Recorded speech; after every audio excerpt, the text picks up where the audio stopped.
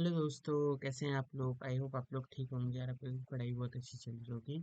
तो आज audit sessions के डे 3 और हमारे का प्लान के भी डे 3 है। आई होप आप लोग उसको फॉलो कर रहे होंगे एंड वो आपको प्रॉपरली फॉलो हो रहा होगा। तो उस प्लानर के साथ साथ मैंने आपको एक टूल के बारे में भी बताया था एंड वो टूल ऑलरेडी मैंने शेयर कर रखा है और आप उसको यूज़ करो और मुझे फीडबैक दो कि वो कैसा आपको लग रहा है। अगर कोई इशू आ रहा है उसमें या कुछ चीज़ समझ नहीं आ रही तो उसके लिए भी आप मुझे बता सकते हो। मैं उसको चेक कर लूँगा या आपको बता दूँगा। ओके। या अभी तक आपने लेकिन अगर नहीं देखा है तो उसका लिंक डिस्क्रिप्शन में है। वहाँ जाके उस टूल को चेक करो, यूज़ करो एंड मेरे को फिर बताओ। ओके। तो चलिए आज के सेशन की ओर बढ़ते हैं हम। आज हमारा टॉपिक है ऐसे 520 बात करता है एंटी करप्ट प्रोसीजर की। ओके। एंटी करप्ट प्रोसीजर्स क्या होते हैं? एंटी करप्ट प्रोसीजर्स होते हैं जो एक प्लानिंग के बाद, मतलब एंटी करप्ट प्रोसीजर एक तरीके का रिलेशनशिप होता है जो फाइनेंशियल नॉन फाइनेंशियल डेटास के बीच में निकालना होता है और ये हर लेवल पे यूज होता है, प्लानिंग, एग्जीक्यूशन और फिर लास्ट में कंक्लूजन फेज पे। तो चलिए हम अपना पीडीएफ स्टार्ट करते हैं। ओके। तो the orders of analytical tools, हम 520 की बात कर रहे हैं। Okay. Analytical procedure with high quality. Analytical procedure क्या होता है? Analytical procedure means the evaluation of financial information का इवैल्यूएशन थ्रू प्लॉसिबल रिलेशनशिप, जो कि एक प्लॉसिबल यानी कहे तो रिलेटिव या similarity relationship between the financial and non financial data, यानी कि किसी भी फाइनेंशियल इंफॉर्मेशन का प्लॉसिबल रिलेशनशिप निकाला जाए किसी भी फाइनेंशियल या नॉन फाइनेंशियल डेटा के बीच में, उसको एनालिटिकल प्रोसीजर किया कहा जा सकता है। ये इसकी हो जाती है मीनिंग। ओके। चार सिंपल पॉइंट्स याद रखो। Analytical procedure is evaluation of financial information of the plausible through analysis of plausible relationship and then fourth data of the financial and non financial data, यानी कि फाइनेंशियल इंफॉर्मेशन के evaluation करता है जिससे plausible relationship करता है financial और non financial data का। ओके। आगे बढ़ते ये मीनिंग हो गया। स्कोप या ऑब्जेक्टिव क्या है? सिंपल, ऐसे deals with the auditors use of analytical procedure, यानी कि ऑडिटर कैसे एनालिटिकल प्रोसीजर को यूज करे उसके बारे में बताता है। Substantive procedures as a procedure near end to the audit assess the auditors forming overall conclusions on the financial statement। ये इसमें भी हेल्प करता है कि यानी कि मोस्टली जो सब्सटैंटिव प्रोसीजर्स हैं, एंडिकल प्रोसीजर्स है, उनको near the end of the audit लगाओ ताकि आपको पता चल सके कि आपने जो एविडेंस कलेक्ट किए हैं, जो कंक्लूजन पे आप जाने वाले हो, वो सही है कि नहीं। यानी कि आपको कंक्लूजन ओवरऑल कहें तो कंक्लूजन बनाने में जो हम फाइनेंशियल स्टेटमेंट कंक्लूजन फॉर्म करेंगे ना, उसमें हेल्प करता है या असिस्ट करता है कि वो प्रॉपर कंक्लूजन रेडी। ऑब्जेक्टिव क्या है? To obtain relevant and reliable evidence. इसका सिंपल ऑब्जेक्टिव है आपको रिलेवेंट एंड रिलायबल एविडेंस मिले and design and perform anti near the end of the audit, और जितना पास हो सके ऑडिट खत्म होने के पास ही इसको लगाओ ताकि जो है रिजल्ट और भी ज्यादा अच्छा है, क्योंकि जितना पास हम लगाएंगे ऑडिट के, हम उसकी जो रिलेवेंट और रिलायबिलिटी है ना एविडेंस की, वो और बढ़ती जा उतनी ही ज्यादा होती है। लेकिन जितना वो गैप होता जाएगा ना डिसीजन लेने में, उतनी वो रिलायबिलिटी कम होती जाएगी, हमें प्रोसीजर फिर लगाना पड़ेगा। Okay. Meaning, evaluation of financial information through plausible relation between financial and non-financial data, इसको help auditor to form opinion, objective, relevant and reliable, या कहे तो डिजाइन एंड परफॉर्म करने में हेल्प करता है। ओके। लाइफ साइकिल कैसी रहती है? ये हर फेज पे काम आता है, जैसे मैंने कहा था स्टार्टिंग में भी। प्लानिंग फेज पे भी यूज होता है, टेस्टिंग फेज पे यानी कि जब एग्जीक्यूशन फेज चल रहा होता है, बीच का ऑडिट वगैरह चल रहे होते हैं, उस टाइम पे भी हम उसको यूज कर सकते हैं, एंड एंड ऑफ ऑडिट भी हम उसको यूज कर सकते हैं। यानी कि ये ऐसा कोई प्रोसीजर नहीं कि सिर्फ एंड ऑफ द ऑडिट ही, हम जरूरत पड़ेगी तो हम प्लानिंग के टाइम पे भी देखेंगे, जब कुछ टेस्ट कर रहे होंगे उस टाइप भी देखेंगे, और कंप्लीशन के टाइम भी चेक करेंगे। प्लानिंग फेज में कैसे होता है? In planning stage, analytical procedure assist the auditor in the understanding client's business and identifying areas of potential risk. जो प्लानिंग फेज होता है वहां पे हमें जो कंपनीज है या एंटिटीज है उनके बिजनेस के बारे में पता, उनके एंटिटी और उसके एनवायरनमेंट के बारे में पता करना होता है, उसमें क्या क्या रिस्क आ सकते हैं उनके बारे में पता करना होता है। तो वहाँ पे जब एंटी प्रोसीजर लगाया जाता है ना, तो वहाँ हमें पता चलता है कि किस तरीके से ये कंपनी वर्क करती है और यहाँ पे कहाँ कहाँ पे रिस्क हो सकता है, उसका एक अंदाजा मिल जाता है। This information will assist auditor to determine the nature, timing, extent of other audit procedures. अगर हमें कोई और ऑडिट लाइक एक तो फिक्स होगा ऑडिट प्रोसीजर लगाना है, अगर उसके अलावा भी अगर हमें कोई ऑडिट प्रोसीजर लगाना हो तो वो कैसे लगेगा, कौन कौन सी नेचर, टाइमिंग और एक्सटेंट के ऑडिट प्रोसीजर हमें अप्लाई करनी चाहिए, उसमें हेल्प करेगा प्लानिंग फेज के, प्लानिंग के टाइम। और audit use both financial non financial data procedure planning, यानी कि फाइनेंशियल और नॉन फाइनेंशियल। फाइनेंशियल होते हैं जो बैलेंस शीट के आइटम्स होते हैं, non financial like number of employees, number of stocks, ऐसे करके कुछ होते हैं जो नॉन फाइनेंशियल डेटाज होते हैं, उनको चेक करता है। ओके, उसके बारे में होता है। एंड उसके बाद ये हो गया हमारा प्लानिंग फेज के टाइम पे। ओके, उसके बाद आता है हमारा phase two, substantive analytical procedure. Substantive analytical procedure होता है प्लानिंग फेज खत्म हो जाता है, उसके बाद जब हम कोई प्रोसीजर्स लगाते हैं ना, उसको सब्सटैंटिव एंटिकल प्रोसीजर कहते हैं। ओके, इसको कैसे लगाना है, सबसे पहले ऑर्डर को सब्सटैंटिव, ये कैसे वर्क करता है, the order substantive procedure at the assertion level में टेस्ट ऑफ डिटेल, इसमें टेस्ट ऑफ डिटेल आता है, सब्सटैंटिव एनालिटिकल प्रोसीजर या combination of both. Substantive analytical procedure is the mix of substantive analytical procedure and test of detail. या तो आप test of detail लगा लो सिर्फ ऑडिट प्रोसीजर करते टाइम, या फिर सब्सटैंटिव एंटिकल प्रोसीजर लगा लो, या फिर दोनों का मिक्स भी लगा सकते हो। Okay, the decision about which audit procedure to perform is based on the auditor's judgement. यहाँ पे क्या होता है, फिक्स कुछ नहीं है यहाँ पर, खुद जजमेंट के हिसाब से डिसाइड करता है कि उसे कौन सा प्रोसीजर लगाना है। यहाँ पे या तो सब्सटेंटिव, टेस्ट ऑफ डिटेल कौन सा लगाना है वो उस पर डिपेंड करता है। Expected effectiveness and efficiency of audit procedure और रिड्यूस द ऑडिट रिस्क, जिससे ऑडिट रिस्क रिड्यूस हो जाए to the assertion level and acceptable low level तक, उस केस में वो ये जरूरी होता है। ओके, उसके बाद इसके 4 टेक्निशियन है। सब्सटैंटिव प्रोसीजर के 4 तरीके के होते हैं।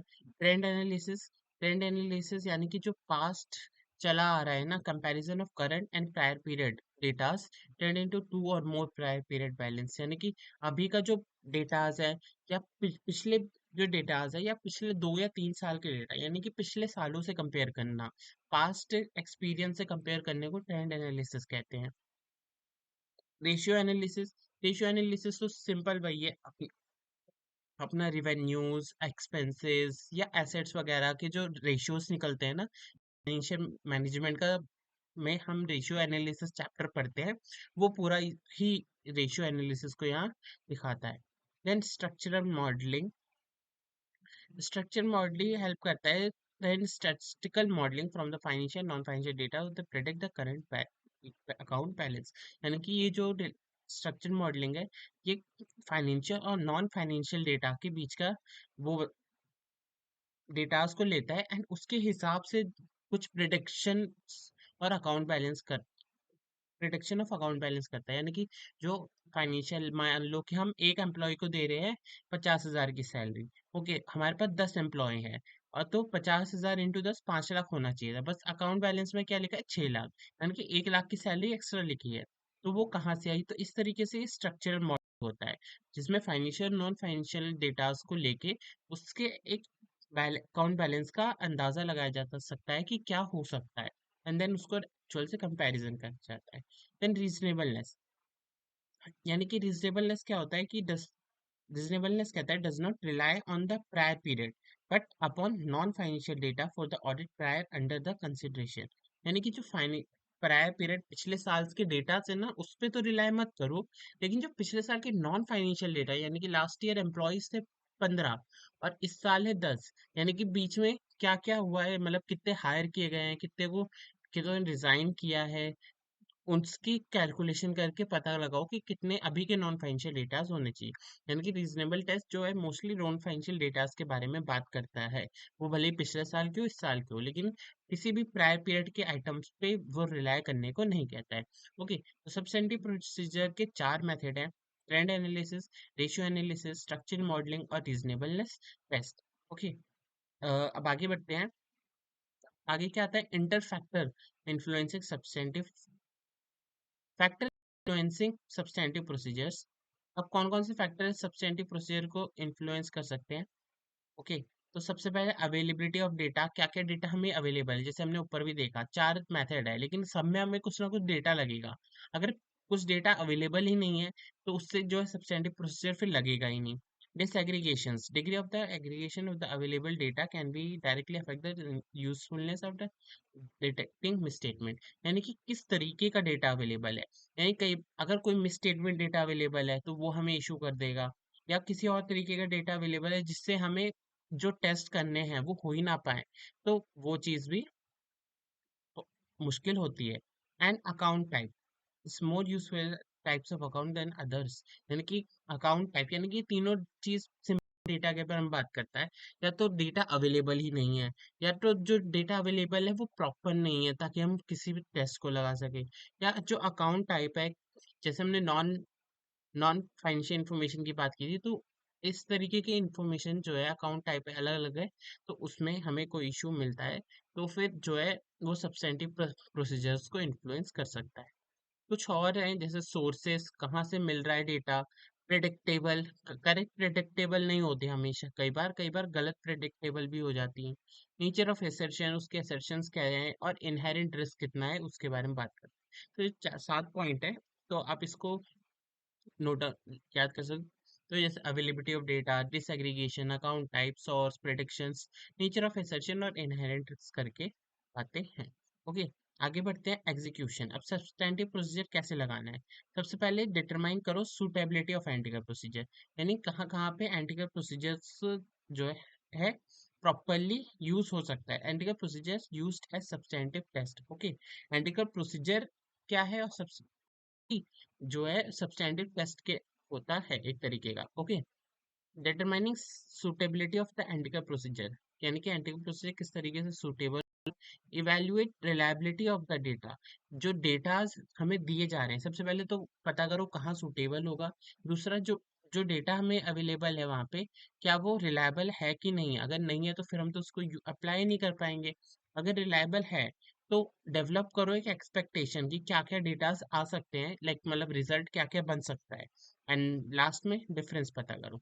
सिंपल, आपके पास एंटी का प्रोसीजर है, उसको एग्जीक्यूट कैसे करना है, या उसको अप्लाई कैसे करना है, यूज कैसे करना है, इस तरीके से पूछ सकता है। ओके, सिंपल, पता करो कहाँ पे सूटेबल होगा एंटी का प्रोसीजर अप्लाई करना। डेटा की रिलायबिलिटी चेक करो, एक एक्सपेक्टेशन रेडी करो, एंड देन डिफरेंस को चेक करो। ओके, ये होता है हमारा एग्जीक्यूशन ऑफ एंटिकल प्रोसीजर। आगे बढ़ते हैं, इवेल्युएटिंग डेटा रिलायबिलिटी। लेकिन डेटा की रिलायबिलिटी चेक कैसे? मान लो हमने सुटेबिलिटी चेक कर ली कहाँ पे हमें अप्लाई करना है, लेकिन अब डेटा की रिलायबिलिटी कैसे चेक करेंगे? उसके लिए सबसे पहले सोर्स ऑफ इंफॉर्मेशन, यानी कि वो डेटा कहाँ से मिला है, मैनेजमेंट ने दिया है, एक्सटर्नल पार्टी ने दिया है, या किसी कहीं और से डेटा मिल रहा है, तो उस केस में वो चीज़ें चेक करो। कंपेरेबिलिटी ऑफ द इंफॉर्मेशन, यानी कि जो इंफॉर्मेशन मिली है वो कितनी कंपैरेटिव करेक्ट है। अगर नहीं करेक्ट है तो फिर तो हमें यूज करके रिजल्ट भी गलत ही आएगा ना, तो उस चीज को चेक करो। Nature and relevance of information, nature क्या है, यानी कि किस फॉर्म है या किस तरीके का जो है इंफॉर्मेशन है। And last, control over preparation, यानी कि जब वो इंफॉर्मेशन कलेक्ट की जा रही, तो वो उस टाइम पे वहां कौन कौन बंदे थे, लाइक कोई ऐसा बंदा तो नहीं था जो डेटा को इन्फ्लुएंस कर रहा हो, डेटा को गलत शो कर रहा हो। तो तरीके से चेक करना पड़ता है कि किस तरीके का कंट्रोल है वो इंफॉर्मेशन रेडी करने में। इस तरीके से 4 पॉइंट है evaluating data reliability. Reception and acceptable difference, ये जो लास्ट वाला था, फोर्थ पॉइंट हमारा, डिटरमाइनिंग द एक्सेप्टेबल डिफरेंस, ये बात करता है कि जो हमने एक्सपेक्ट किया था और जो एक्चुअल में आया है रिजल्ट, उसमें डिफरेंस क्या है। देखो, evaluating the whether the expectation is sufficiency precise, यानी कि जो एक्सपेक्टेशन होता है एक सफिशिएंट अमाउंट होता है, यहाँ तक अगर गलती मिलती है तो ठीक है, अदरवाइज हमें उसको करेक्ट करना पड़ेगा। The accuracy with which the expected result can be predict, the degree to be the information disaggregate, and the availability of the information of both financial and non-financial data. Record if the amount expected value acceptable, risk increase the amount of the difference consider acceptable amount without investigation decrease in the order।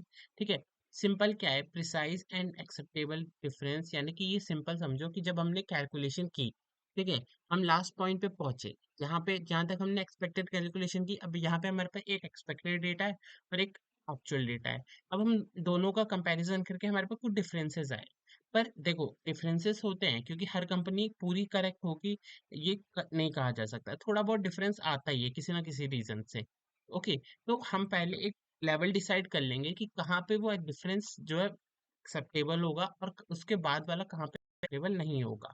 ठीक है, तो ये चीज इसमें वही बात करता है कि एक फिक्स अमाउंट तक जितने भी डिफरेंसेस आएंगे वो एक्सेप्ट होंगे कि चलो यार इतनी गलती तो होती है, मतलब मान लो एक करोड़ों की कंपनी है, वहां पे हमने कहा 1 लाख तक की अगर कोई मिस्टेक निकलती है ना तो हम उसे इग्नोर कर देंगे क्योंकि यार उतना ठीक चलता है, कोई दिक्कत नहीं है। लेकिन उसके ऊपर की अगर मिलती है तो उसको हमें चेक करना पड़ेगा क्योंकि वहां पे हमें रिस्क ज्यादा मिल सकती है। वही बात करता है, इसको एक बार रीड कर लो, अपने आप समझ आ जाएगा। ओके, सिंपल यही चीज है कि डिफरेंस हो का एक लेवल सेट करना होता है, एक्सेप्टेबल लेवल कहते हैं ना उसको, वही चीज होती है।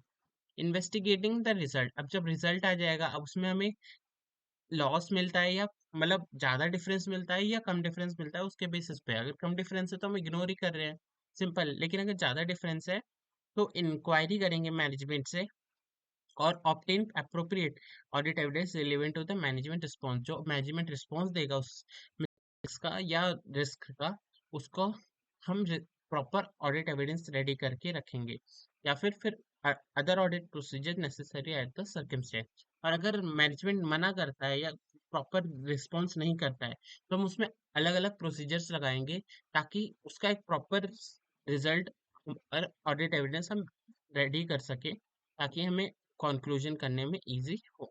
ओके, सिंपल है, 4 मेथड है एग्जीक्यूशन के।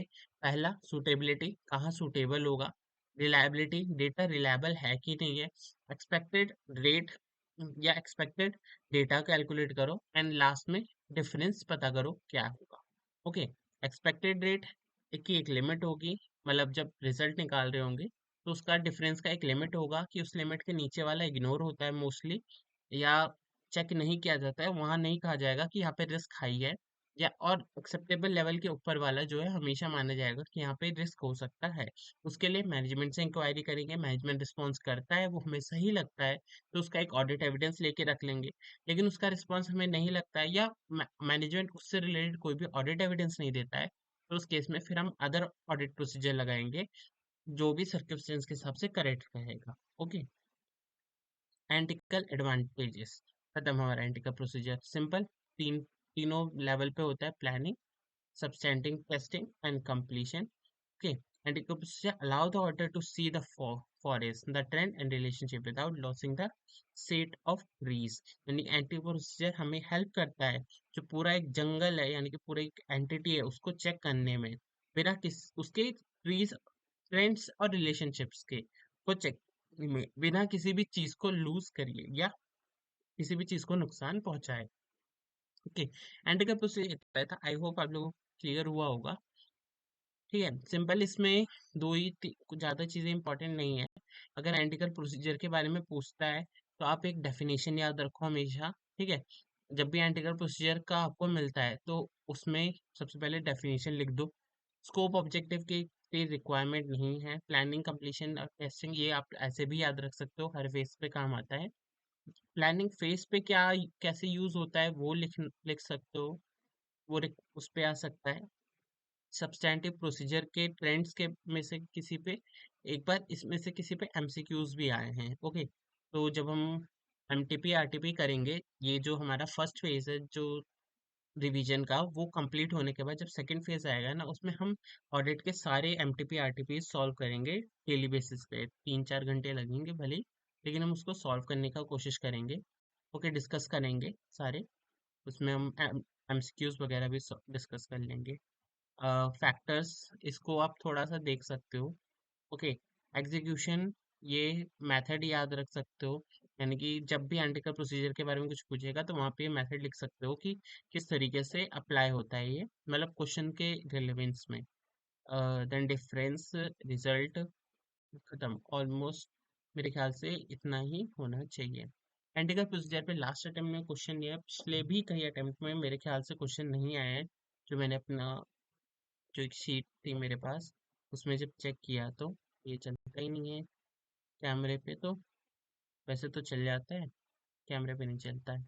ठीक है, मेरे ख्याल से ये नहीं आए हैं, एमटीपी आरटीपीज में आए हैं। ना कोई आपको टेंशन लेने की जरूरत नहीं है, मतलब टेंशन लेने की क्या जरूरत नहीं है, पढ़ना की जरूरी है। क्योंकि अगर लास्ट में नहीं आया तो कभी भी ये पूछ सकता है डायरेक्ट एग्जाम में। वो तो हम जब एमटीपी आ जाएगा May 26 का, तो उसके बाद मैं आपको एक एक्सपेक्टेड वो बता दूंगा। मतलब लास्ट 2 अटेम्प्ट में मैंने जब गेसेस लगाए थे ना, तो एक दो टॉपिक उसमें से आ गया था। ठीक है, और आ भी जाते हैं कई बार जब प्रॉपर गेस करो। और एंटिकल प्रोसीजर इतना ही था। चलो कुछ क्वेश्चंस देख लेते हैं। तो ऐसे एग्जाम के तो मेरे को क्वेश्चन मिले नहीं थे। मैंने प्ले जा रहा है, थोड़ा वेट करते हैं। ठीक है, एग्जाम के कोई क्वेश्चन तो मिले नहीं थे, तो मैंने वैसे ही कुछ अटेम्प्ट के एग्जाम के क्वेश्चन, स्टडी मटेरियल के क्वेश्चन निकाल लिए। और पिछले जो मैंने लास्ट कुछ सेशंस ले रहा था उसके थे। ओके, हाँ हो गया। ओके, चलो आ रहा है, कंटिन्यू करते हैं आगे क्वेश्चंस को।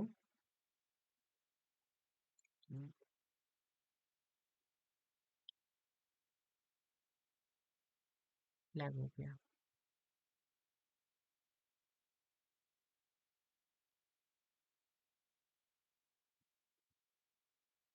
Wait some time.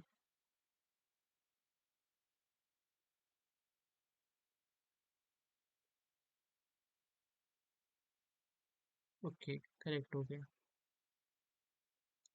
ये क्या है, पहला क्वेश्चन क्या है? The statutory order of the MNO limited CA Kishore identifies certain inconsistency while applying ethical procedure in the financial and non-financial data of the MNO. What should CA Kishore in this case reference to the 520 ethical procedure? यहाँ तो वैसे भी direct बोल दिया आपको ethical procedure लगाना है, तो आपको ज़्यादा कुछ सोचने की जरूरत ही नहीं है। स्टैच्यू ऑर्डर इनकंसिस्टेंट है अप्लाई करने में ethical procedure, इनकंसिस्टेंट है यानी कि प्रॉपरली अप्लाई नहीं हो रहा है। तो देखो एंटी का प्रोसीजर के बारे में पूछा है, सबसे पहले तो बता दो एंटी का प्रोसीजर क्या होता है। ओके, देन उसके बाद जो वो है डेटा है, क्या कहता है कि इनकंसिस्टेंट है, यानी कि वो अप्लाई नहीं कर पा रहे हैं या तो कोई सर्टेन अमाउंट या। देखो, जब स्टैट्यूटरी ऑर्डर है एमएनओ लिमिटेड का, CA Kishore identify certain inconsistency while applying the analytical procedure.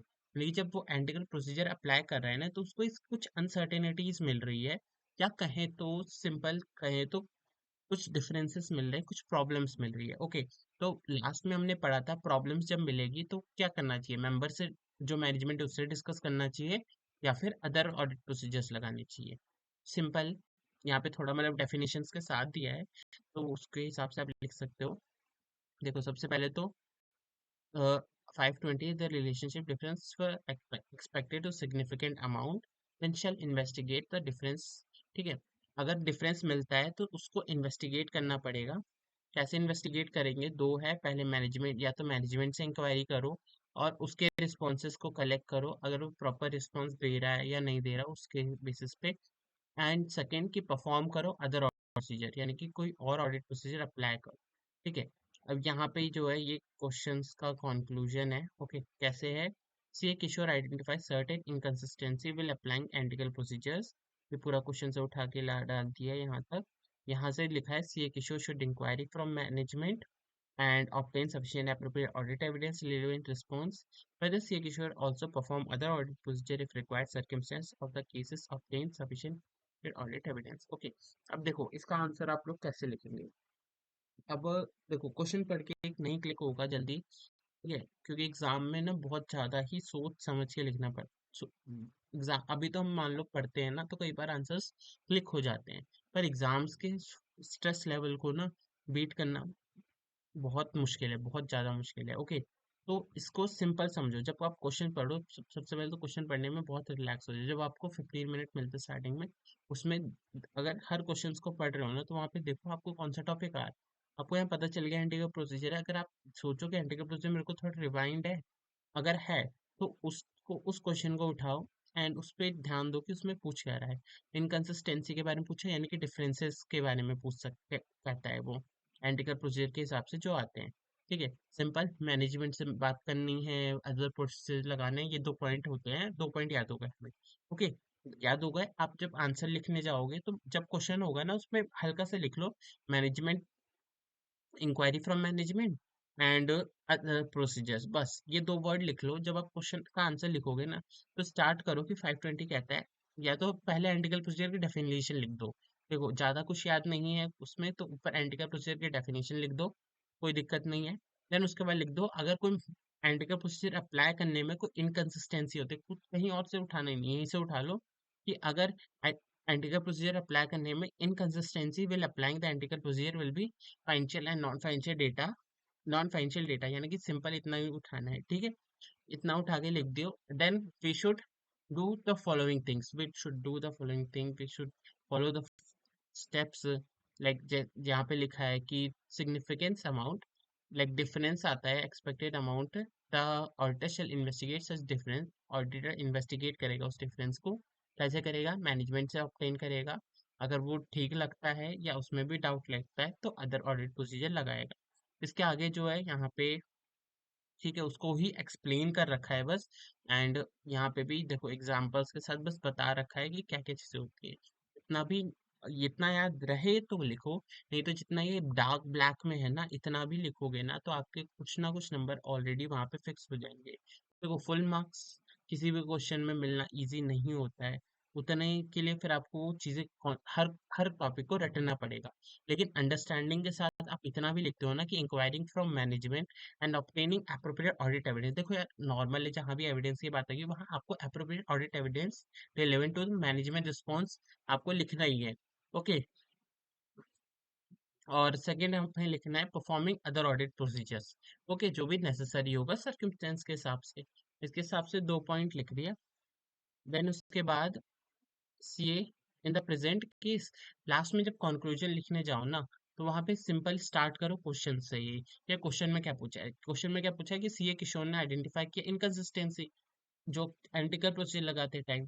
तो अब वो क्या करेगा? अब यहाँ से देखो सिंपल है, आपने ऑलरेडी 2 पॉइंट लिख रखे हैं। क्या 2 पॉइंट लिख रखे हैं? इंक्वायरी फ्रॉम मैनेजमेंट और अदर प्रोसीजर। तो सिंपल यहाँ लिख दो CA Kishore inquiry from management and obtain sufficient appropriate audit evidence. Simple copy paste है, ठीक है। obtained appropriate audit evidence, यहाँ पे बस sufficient and appropriate audit evidence लिख दिया है, relevant to management response। Okay, and feather करके लिख दिया आप सेकंड। मतलब थोड़े वर्ड्स को तो आपको को पता है कैसे लिखना है। Kishore should also perform other audit procedures required, अगर रिक्वायर्ड होगा सर्कमस्टेंस के हिसाब से, केस ऑब्टेन सफिशिएंट और appropriate audit evidence। देखो अगर आपने कॉन्सेप्ट अच्छे से समझा है और ट्राई करते हो लिखने का, ओके, तो आप बहुत अच्छे से कर लोगे, कोई दिक्कत की बात नहीं है। लेकिन हाँ, लेकिन अगर आपने समझा ही नहीं है, तो उस केस में ना फिर आपको नहीं आएगा कि उसमें लिखना क्या है। हाँ, या तो रट लो, ठीक है, तो रटने में तो फिर वो रटा ही रह जाएगा। लेकिन जितना अंडरस्टैंडिंग के साथ समझोगे उतना ज़्यादा बेस्ट रहेगा। ओके, और ये दूसरा क्वेश्चन है स्टडी मटेरियल का, ये बात करता है what is the factor determining extent relevance reliance that the author plays result ethical procedure. Explain the reference factors that determine the extent of reliance that the author plays the result of ethical procedure. तो ये बात करता है कि जो reliability होती है ना, उसके बारे में, रिलायबिलिटी ऑफ डेटाज के बारे में बात करता है, यानी कि किस तरीके से हम डेट उसके इंफॉर्मेशन ग्रैब कर सकते हैं, यानी कि जो किस तरीके से चीजें हैं ना, वो करेक्ट होगी। अब इसका आंसर इसमें डायरेक्ट रिलायबिलिटी दिया है, इसलिए मैंने उसका स्क्रीनशॉट नहीं लिया क्योंकि वो कॉन्सेप्ट से है, तो मैं इसको इसमें अपने वाले उससे बता दूंगा। तो अब इसमें कैसे समझाएं कि रिलायबिलिटी की बात करता है। What are the factors that determine extent of reliance? Reliance बोल दिया, रिलायंस या रिलायबिलिटी एक ही चीज होती है। Okay, explain with the reference. Okay, अब हमारे में कहा था relevance and reliability, trend analysis concept, ये रहा रिलायबिलिटी ऑफ द डेटा। सिर्फ ये 4 पॉइंट है इसमें। ओके। आप स्टडी मटेरियल में जाओगे, स्टडी मटेरियल का में इसका आंसर जब देखोगे ना, तो आपको मिल जाएगा, यही 4 पॉइंट्स ही लिख रखे हैं बस। ठीक है। जो जहाँ कॉन्सेप्ट एक्सप्लेन करना है तो वहाँ इसके 4 पॉइंट विथ एग्जांपल्स दे रखे हैं बस, और कुछ भी नहीं दिया है। ओके। तो सेकंड वाला क्वेश्चन रिलायंस या रिलायबिलिटी की बात करता है, कि वो चीज़ यही है। ठीक है। सिंपल। सोर्स कहाँ से है, सोर्स क्या है, उसके बाद कैप comparability of information, nature and relevance and control of the preparation. ये 4 पॉइंट होते हैं। ठीक है। इसी को अंडरस्टैंडिंग के साथ करो, एंड एंड का प्रोसीजर हमारा कवर अप हो गया। बिल्कुल छोटा है, देखो जैसे अभी ये मैंने सेशन मेरे ख्याल से कितने टाइम का हुआ है, ये हुआ होगा ऑलमोस्ट 30 मिनट्स का हुआ। ओके। इसमें मैंने आपको 2 क्वेश्चन डिस्कस कर लिए एंड पूरा टॉपिक एक बार बता दिया। अब मान लो आप लोग सेशंस नहीं कर रहे हो, सिर्फ यहाँ पे लास्ट में के लिए भी आ रहे हो, या किसी भी कैसे भी आ रहे हो। ठीक है। लेकिन हम जितना सोचते हैं ना ऑडिट को, ऑडिट उतना ज़्यादा हार्ड भी नहीं है, उतना लेंथी भी नहीं है, अगर प्रॉपर टाइमिंग के साथ डिस्कस करके किया जाए तो। अभी मैंने आधे घंटे, आप ज़्यादा से ज़्यादा 2 घंटे ले लो, 3 घंटे ले लो, दिन में तो इतना घंटा मिल ही जाता है। और मैंने जो प्लानिंग बना के दी है, उसके हिसाब से प्रॉपर फॉलो करो, तो कोई दिक्कत नहीं है। आप आराम से 3 3 महीने अभी हमारे पास, यानी फरवरी मार्च अप्रैल। ठीक है। अप्रैल तक आराम से 3 रिवीजन्स हो जाएंगी, बिना किसी हेक्टिक के। ओके। हाँ, आगे चल के हम उसको टाइम के हिसाब से बताएंगे, ताकि जब वो 1.5 डेज का टाइमिंग आएगा तो उसमें कैसे करना है, उसके लिए हम कंप्रेस करेंगे टाइम को, ताकि और ज़्यादा अच्छे से हो सके और ज़्यादा से ज़्यादा चीज़ें हम डिस्कस कर सकें। तो आई होप आप लोगों को सेशन पसंद आया होगा। तो सिंपल है, अपने रिवीजन्स को कंटिन्यू रखो, पढ़ते रहो, जितना ज़्यादा हो सके रिवाइज करो, एंड स्पेशली जो मैंने टूल दिया है, टूल कल कल का जो सेशन होगा उसमें आपको मैं दोबारा से एक बार टूल का इंट्रोडक्शन दे दूंगा, या मैं अभी देखता हूँ अगर टूल चल रहा होगा। लाइक मतलब मैंने टूल ऑन नहीं किया है। ठीक है। मैं आपको दिखाता हूँ एक बार वो टूल के बारे में, क्या चीज़ है, आपको कैसे क्या करना चाहिए। मैं बल्कि आप लोगों के साथ ही डेली बेसिस पे अब एक काम करता हूँ कि वो टूल ही यूज़ करता हूँ, सिर्फ मैं। और हम उसके साथ ही रिविजन्स भी, फॉलो अप रिविजन्स भी लगाएंगे। ओके। 2 मिनट देना, मैं उसको ऑन करता हूँ।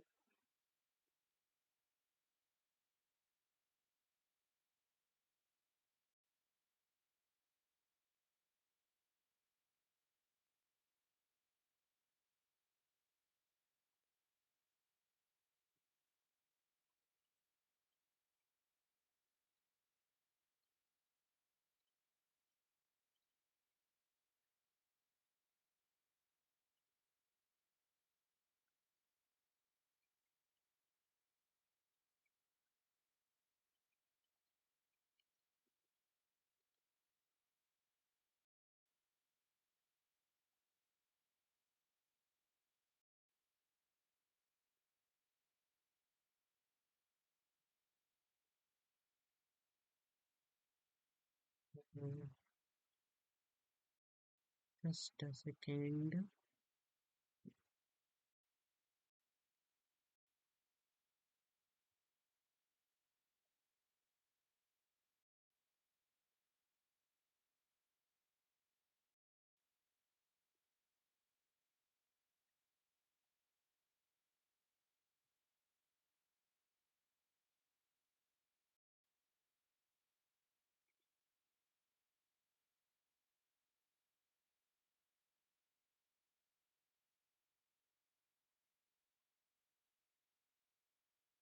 ओके। तो टूल हमारा ऑन हो गया है। ठीक है, मैं आपको स्क्रीन दिखाता हूँ।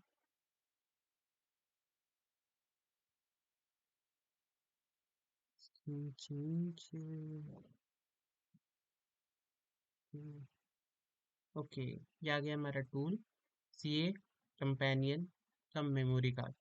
ठीक है।